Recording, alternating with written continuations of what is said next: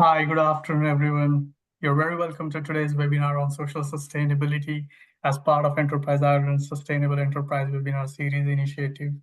My name is Ankush Shirsat, and I'm the executive in the Sustainability and Renewable Energy Department of Enterprise Ireland. I'm also joined by my colleague Owen Murray, who will be handling proceedings in the background for today's webinar. Today, we are hosting our second webinar of the series, focusing on social sustainability in collaboration with Davi Horizons. Earlier this year, we hosted the Green Transition webinar series, focusing on several aspects of sustainability, including how to develop sustainability strategy and plan, sustainability standards, net zero emissions guidelines, and scope 3 emission measurements. Those webinars are available on our website in on-demand section, and link for those webinars will be shared at the end today. So once again, you are very welcome to the webinar today if you are joining us just now. Just to note, today's webinar is being recorded and it'll be available on the Enterprise Ireland's website in on-demand section of the webinars. There will be space for Q&A towards the end of today's webinar. So in Enterprise Ireland, sustainability is a key pillar of our own strategy, and we are working to support our clients to reduce their carbon emissions, but equally to address the wider space of sustainability and incorporate the sustainability into business strategy.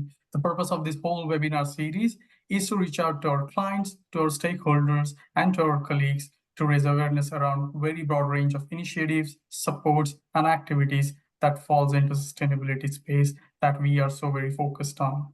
Today, we will be discussing what is social sustainability and how can your business implement responsible business practices and manage its social impacts. Hopefully, today's webinar will help businesses better understand the benefits of integrating social sustainability principles into their business strategy for long-term profitability and growth. Enterprise Ireland has a wide range of consultancy, training, and capital investment supports that are all aimed at helping companies get started and accelerate the sustainability and decarbonization journey. More information on the Enterprise Ireland supports is available on the website, and we will share the link to the supports available along with today's webinar recording. Any Enterprise Ireland clients joining for us today for this webinar can contact their development advisors for more information, and any clients of local enterprise offices and IDA joining can contact their relevant agencies. So the agenda for today is we will hear from Helen Kavanagh of Davi Horizons on what is social sustainability and how to implement responsible business practices. We will have time at the end for Q&A, so at any time during the presentation, please put your questions in the chat function and we will address those at the end. Just before we move on to the webinar itself, I would like to highlight the Enterprise Ireland Sustainability Kickstarter workshops. It's a 3-hour online workshop aimed at SME business leaders to help them understand the principles of sustainability and ESG and equip them with the practical skills to embed these principles into business strategy. It is designed to be an interactive sessions with breakout rooms, collaboration with peers across sectors, and there is ample opportunity for Q&A and action planning. It's a free workshop for Enterprise Ireland and local enterprise office clients, and participants at the end of the workshop will walk away with the action map. Schedule and details for the registrations are available on Enterprise Ireland website, but on your screen, you can see the upcoming schedule for this workshop. Another program we have for client companies is the Sustainability Leaders Program by the Climate Ready Academy of Skillnet. The program aims to provide practical support and guidance to those responsible for developing the sustainability strategy and action map for their site. This program consists of live mentoring and support workshops focused on providing real-world industry examples and peer-to-peer learning opportunities.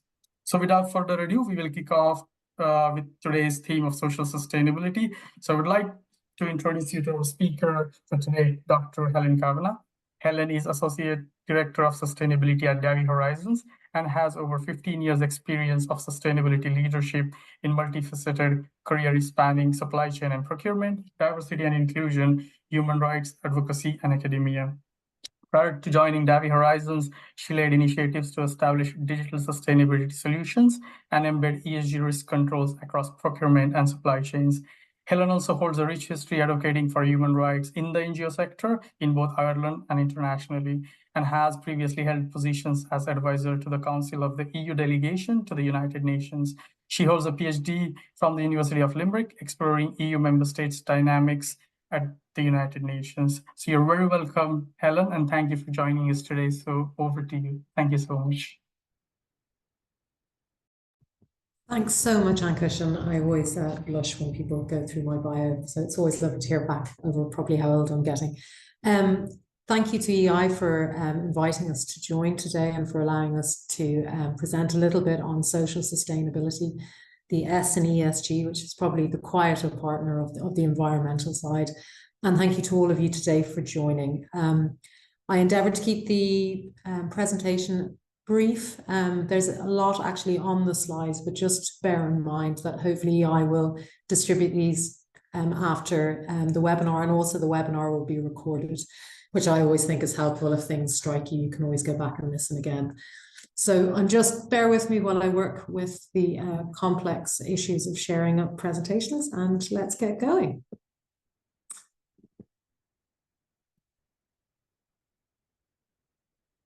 Now,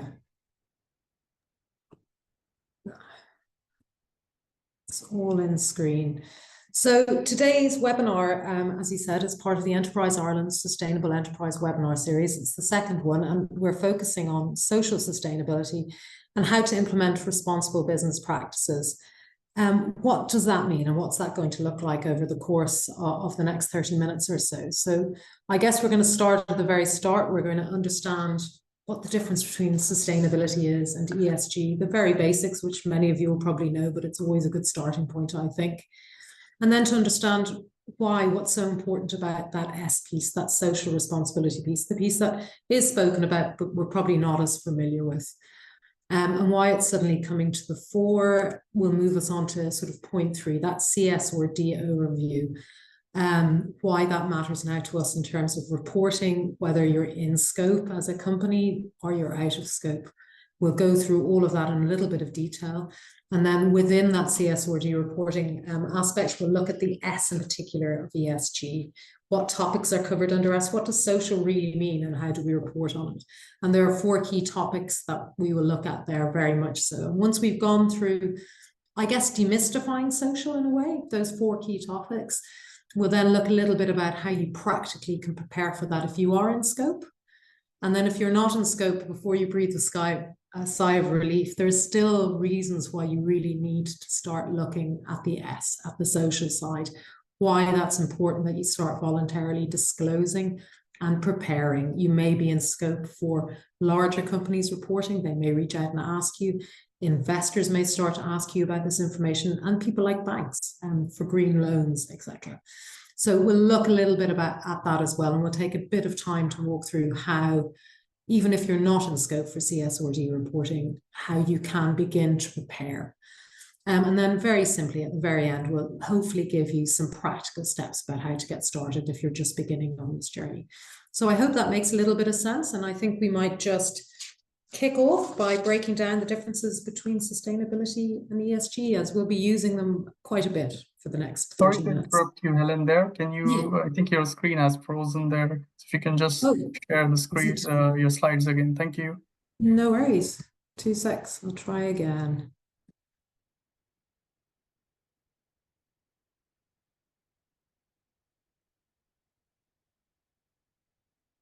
Is that okay? Are we up? Yeah, that's okay now. Perfect. Brilliant. Thanks. So just to get back into it, we're on to that 3rd slide, which is, as I said, that very first sort of step that we're going to look at, which is understanding sustainability versus sort of ESG. So what is the difference between them? I guess, and we have it in a nice table here, just to keep it quite succinct for everybody. Sustainability is probably the overarching philosophy about how a business operates and its commitment to balancing people, planet, and profit.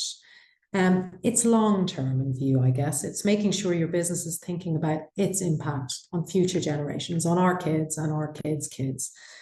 It's strategic in its goal, and it aims to create value for everybody, whether that's me working in your organization, me sitting in a house next to your business, or me as your customer and your end user. It affects everybody. And on the other hand, the ESG is probably the more practical and measurable side of how do I begin to measure that concept, that sort of visionary concept of sustainability. It has specific metrics to be used in environmental. I'm sure you're all familiar with greenhouse gas emissions, with SBTIs, with different organizations such as CDP. They're all there to measure, particularly the environmental side of things. But that also happens on the social side and on the governance side. And what makes them really important is, as we mentioned earlier, is it's really good for investors and regulators to get a sense of how you're going. So when you make a sustainable commitment, to see how are you going to get there? What's that transition phase going to look like? It's focused on the compliance, on the risk management, and on reporting. And as I said, it's really that investor piece that we're looking at. It's quantitative a lot of the time, although there are some narrative points, but we'll come back to that when we look at CSRD a little bit later. And the big difference is that ESG point is probably looking at near-term annual reporting cycles, whereas the sustainability is very much a vision over the next 10 years. And that's what I mean by that, when we're kind of giving you an example to illustrate that. It's where do you see your company today and where do you want to be in 10 years? And the ESG point is the roadmap to get there. So I hope that's kind of clear to you all. If not, do ask at the end of the session and we'll get back to you. Now, the S in ESG. When you're talking about strategic benefits of social responsibility, so there are lots of benefits to the E that you may be aware of, but in terms of strategic benefits of social responsibility. So yes, there is the risk side, it is mitigating risk, but it's not only that, it's not just mitigate risk, it's also really good, and there are tangible benefits for everybody on this, to your bottom line, as well as to the overall impact on the community. But we will start on that risk piece. So usually if you proactively address social issues like labor rights in your supply chain, you're probably protecting the company from regulatory or reputational risk. A really good example of that would probably be Apple that I have down here, which did find out through auditing some of its companies, going back through its tiers who were supplying batteries for their phones, that there was labor violations. So they mitigated that risk quite quickly, and that reduced both operational and reputational risks. And just to be conscious that that's a win-win for Apple. It also, protects their brand, it protects their reputation, but also those who are involved in those labor violations in those factories that may not be direct Apple employees will also benefit from that. So that's a huge, huge benefit of social responsibility, that risk mitigation and understanding when you're buying something that there could be somebody in particular, what may be familiar to you, be in the retail industry, in the garment industry, that people can be very much at risk there. So it's super important that you engage at that level. And then, as I touched on there, enhanced brand reputation. A socially responsible brand is seen as just more trustworthy. People buy into it. It's stronger. Patagonia, a really simple example of that, where it has succeeded incredibly well in forming a really strong, socially sustainable brand. And then when you're looking at things like investor relations, there's a really strong brand called Unilever, where investors pretty much have it at the top of all their ESG funds. So it is getting there. It is very key. It can be central to things like investment into your company. And there is a differentiation there for socially responsible companies. They stand out. They attract more companies. Ben & Jerry's, another great one, had 7%, I think, annual growth based on its stand on social justice. And of course, you and I, we're all human. We want to be associated with positive brands that do take care of socially responsible approach to their business. We all want to be working for those organizations. And that does have an impact on staff retention and low turnover rates, which is really important also to consider. So it is a strategic investment that drives business value, not just only on the risk side, but it actually does build a stronger brand and can have great positive impact that you must just bear in mind before we go into the heavy duty reporting. There's super amounts of positivity as well here. And now that I slightly brought that up, let's go and talk a little bit about the regulations and the accountability, and let's dive into CSRD and why that matters. So what is the CSRD? The CSRD is the Corporate Sustainability Reporting Directive. And I guess it's reshaping corporate reporting standards by expanding requirements for sustainability disclosures. There's a lot there. But it does affect Irish companies by mandating detailed reporting on the environment, social and governance factors. And it will be phased in starting this year for large companies across until 2028. In the table on the left, it gives you a little bit of a breakdown who falls into scope and when. So as I said, 2024, this year's data will be reported next year by large public interest entities. They need to have over 500 employees. In 2025, that will be expanded out a little bit more to companies with over 250 employees. In 2026, it'll be applied to listed SMEs. And in 2028 to non-EU companies generating 150 million plus in turnover with significant subsidiaries or branches in the EU. Now, that may be some of you on this call, but I'm conscious that there will be SMEs not in scope. So that will be non-listed SMEs, micro, small, and medium enterprises that fall between two of the thresholds below, which is 250 or more employees, 40 million or more in turnover, or 20 million or more in assets. These companies are not legally obliged to comply with CSRD yet. However, they may still experience, as I mentioned at the start of this presentation, indirect pressures from stakeholders such as clients, especially larger companies that will want data throughout their supply chain if they form part of that, lenders asking for sustainability metrics as part of risk evaluations for loans, and investors as well, demanding transparency, as I'm sure you're all aware of. So if your business isn't in that first rollout phase that we have over there on that table on the left-hand side, as I said, don't breathe a sigh of relief just yet. Larger clients might start asking you for ESG data. So staying ahead is really key here. It's good to be on the forward foot for all of this. And I guess as you're joining us today, I'm assuming you all are. So let's just take a little look at what those requirements are. What does the Corporate Sustainability Reporting Directive actually ask companies to report on? And what are those requirements? So this is a little bit of a technical slide, but we'll try and simplify it down as much as possible. What are these requirements? There's something called double materiality. Double materiality, I guess, simply means you look at both sides of the coin. How sustainability impacts your bottom line, which is the financial materiality side, and how your business impacts the planet and people around you, which is the impact materiality. That is new. Usually up until this point, there are only financial materiality assessments done. So this impact materiality is new, and companies need to start grappling with this and creating double materiality assessments. They need to align with the 12 European Sustainability Reporting Standards, otherwise known as the ESRAs, and you'll see them on the right-hand side.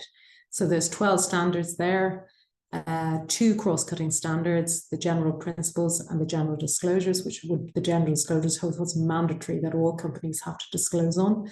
And then there's the E, the S, and the G, 5 under environment, 4 under social, and 1 under governance. There are 350 pages that EFRAG have published on these. There's 80 disclosure requirements and well over 1,000 data points. So it's rather large. It's very detailed. But for today's discussion, we're just going to look at that S side. So what are those disclosure requirements under S, under those topics of own workforce, workers in the value chain, affected communities, consumers and end users, and try and break them down to give you guys a bit of an understanding of what's in that. Within all those topics, we need to understand material ESG risks, impacts, and opportunities to you as a company. And you need to start tracking KPIs to measure progress on those ESG issues. They do align with reporting's global standards with IFRS S1 and S2. And I know there are lots and lots of, as they say, the ESG alphabet soup that I'm trying to avoid in this particular webinar. But be assured that, when you're looking through, especially the social side of things like reporting, they do have to align with very specific UN guiding principles on business and human rights. It's all in there in the CSRD once you start deep diving into it. But now that we've kind of covered those broad requirements, let's focus very much more specifically on the social side of things. So there are 4 topics, as we saw on the previous slide: the own workforce, workers in the value chain, affected communities, and consumers and end users. What does that mean in reality? That focuses for the own workforce on employee well-being, diversity and inclusion, health and safety, and engagement. There's really good reasons for looking at this. There's a Gallup study that said there's a 21% increase in productivity when you engage in employees. Do you reach out to your employees to ask them on this? Do they get engaged on it? Companies with strong diversity and well-being programs see a 25% reduction in turnover. Again, we all like to be associated with companies that do engage with their workforce. The next slide will break that down a little bit more. Workers in the value chain. So that's ensuring ethical labor practices, human rights protections, and fair working conditions in the supply chain. It's big, it's complex, it's probably one of the more challenging areas for companies to start tracking and monitoring. But what's really critical here is up to 40% of global companies face reputational risks due to unethical supply chain practices. It's very difficult to track and monitor what's going on very much down the tiers of your supply chain. So it's super, super important that relationships are being built with supply chains to help both them as suppliers and you track and improve relationships to make sure that socially responsible business is occurring and we're all working together for that greater good. The third one, which may not be as familiar to some of you, would be affected communities. And that's the super important point of engaging and supporting local communities around you and ensuring that you're addressing those social impacts of your business operations, what effect that has on those. It's really important for reputational enhancement, but actually for avoiding disruptions if you're trying to change anything. If you have those key good relationships with those around you, you'll find that change will occur much more smoothly.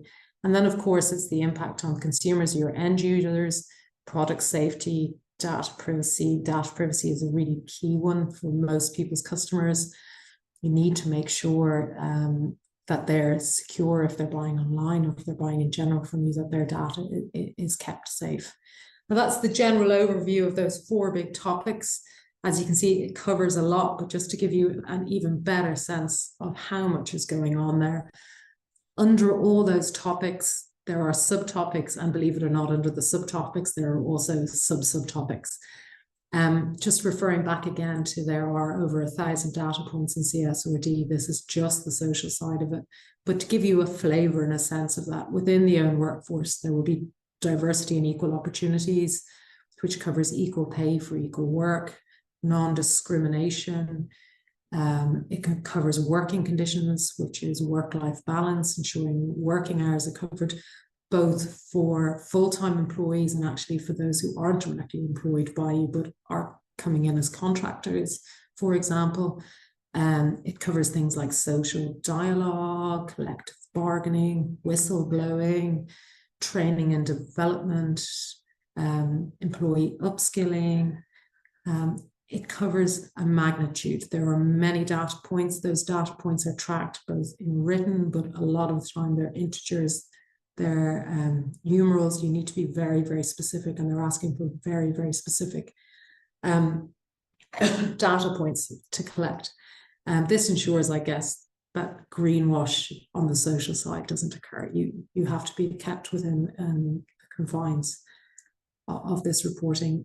Within the value chain, very similar again, it's looking at labor practices, it's looking at health and safety, fair wages, it's making sure that forced and child labor is prevented, that there are policies in place for this, there are codes of conduct for supply chains, there's policies in place. Modern slavery, big issue, and again, no more so than whistleblowing in a workforce, that also needs to be tackled in your supply chain. And then we'll move on to S3, as some of the topics will be human rights impacts, things like land rights, access to water, energy and resources, really key issue areas, rights of Indigenous people, ensuring that there are local community consultations.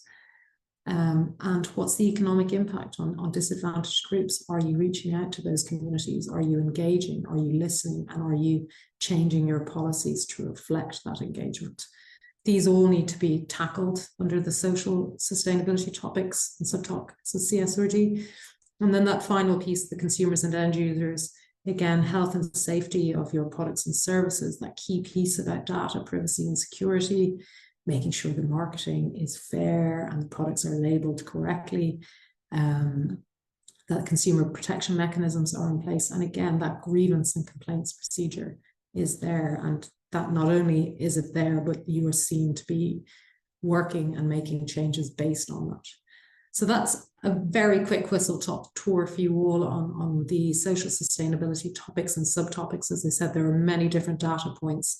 I'm happy to share at the end of this what's called the taxonomy for this, which breaks down every single data point if you're interested, and we can signpost that to you at the end of the webinar. And let's just move on to the next one. I'm just conscious of time, so I might just try and fly through this a little bit to get to those of you who are out of scope of CSRD.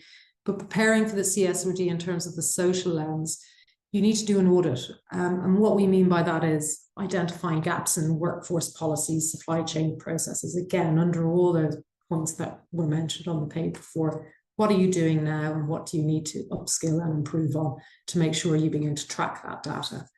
Once you begin to understand how you're tracking that data, you need to set specific, measurable, achievable, relevant, and time-bound targets to improve that. So you don't necessarily have to be doing everything right now, but you do need to be able to set goals and targets and be able to show year on year that you're working towards those. Why does that matter? It hits the CSRD reporting requirements, but it also, as I said, is continuous improvement, which is really important.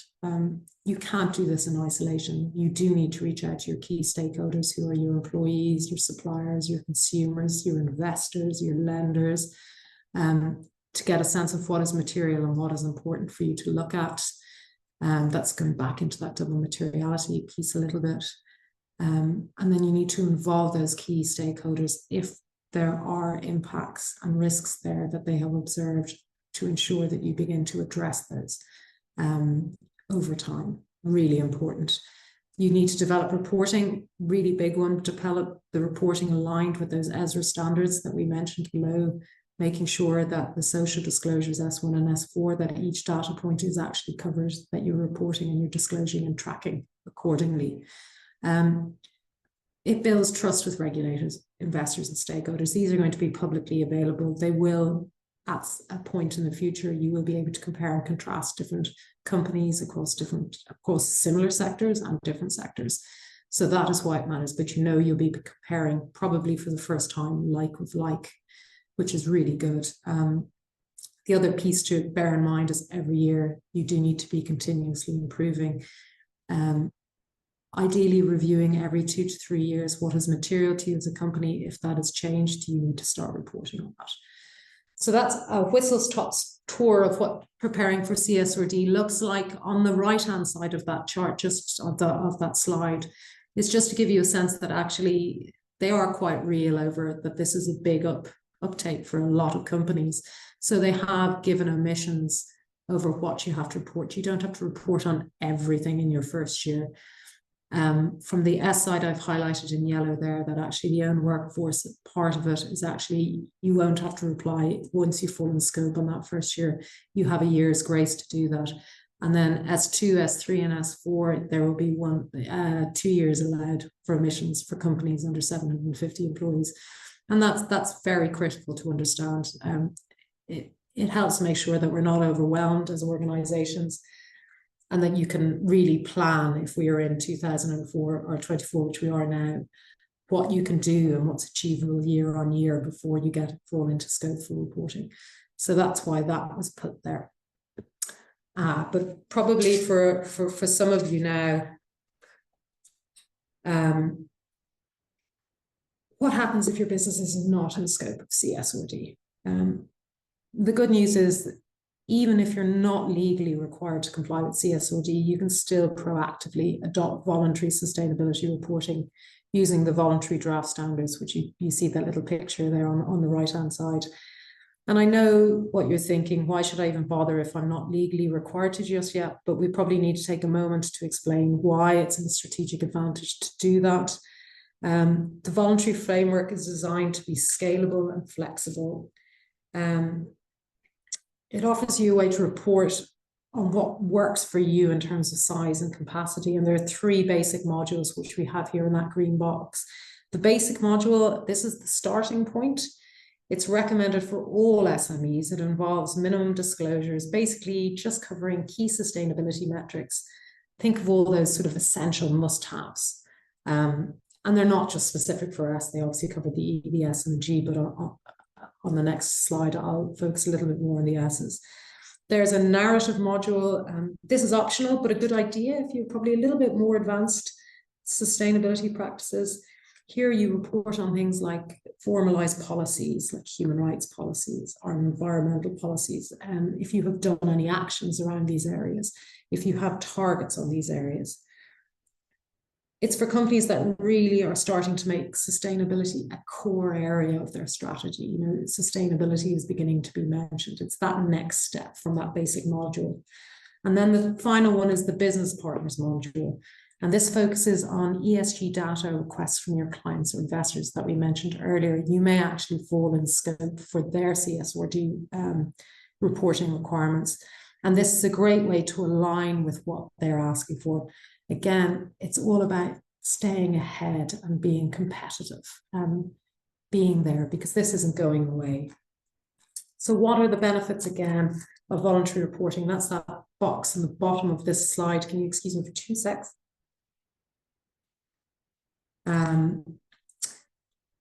That box at the bottom of this slide shows you what those benefits are. It enhances your access to finance. I'm sure you're all quite aware of that. It provides transparency, and it meets lenders' investors' demands. I know you'll see it from banks. Investors are most definitely beginning to ask these questions. It begins a competitive advantage. The market is moving towards sustainability.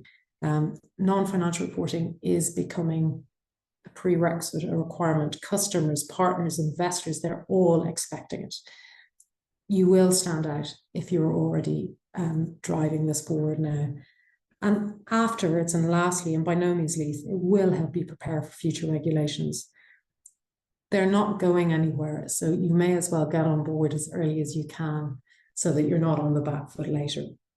So even though CSRD may not apply to you right now, by adopting these voluntary standards, it's not just a tick box exercise. And I think that's the key for all of this. You're building trust, you're staying competitive, and you're future-proofing your business. And that's really important for long-term success, I think, for all of us there.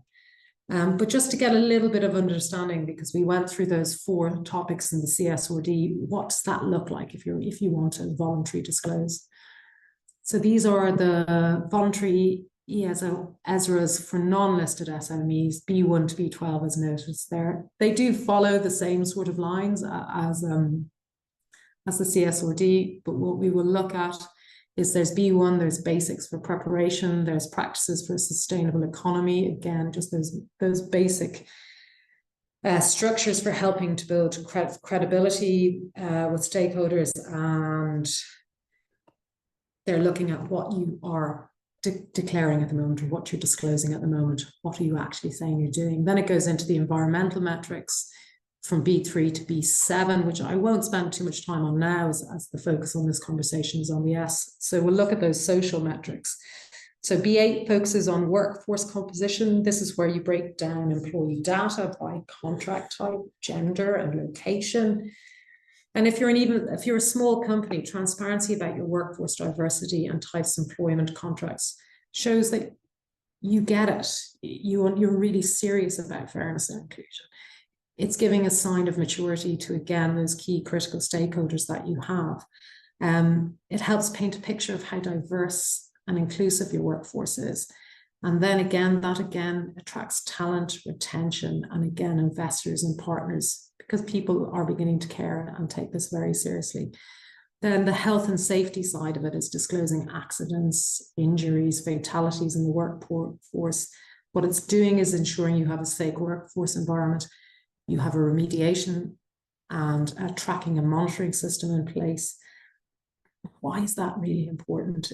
Businesses with strong health and safety practices, as I'm sure you all know, I'm not telling you anything you don't know, if they protect their employees, but it will also, in a practical sense, probably reduce insurance costs, and it'll build trust with your stakeholders. That's why they're there. There's always a positive point to all of this. Tracking remuneration and training, gender pay gaps, which you're probably all familiar with, employee training programs, collective bargaining agreements, if you have them in place. They all act in a very powerful way to build loyalty and improve retention. That employee trust piece is huge, and that internal cultural piece is proof. If you have a strong internal culture being built, that will only but expand and help support your business. And then that B111, which is the value chain impact. This is where you'll disclose how your business impacts workers, communities, and consumers along your value chain. It doesn't just stop internally on your own workforce, it does move beyond those gates. As we said in the CSRD, it's the S2, the S3, and the S4. And here it's that B11 piece. It highlights your commitment to fair working conditions in the value chain. And that's just a must-have for companies that want to demonstrate we're aware of that and we're doing our best in this area.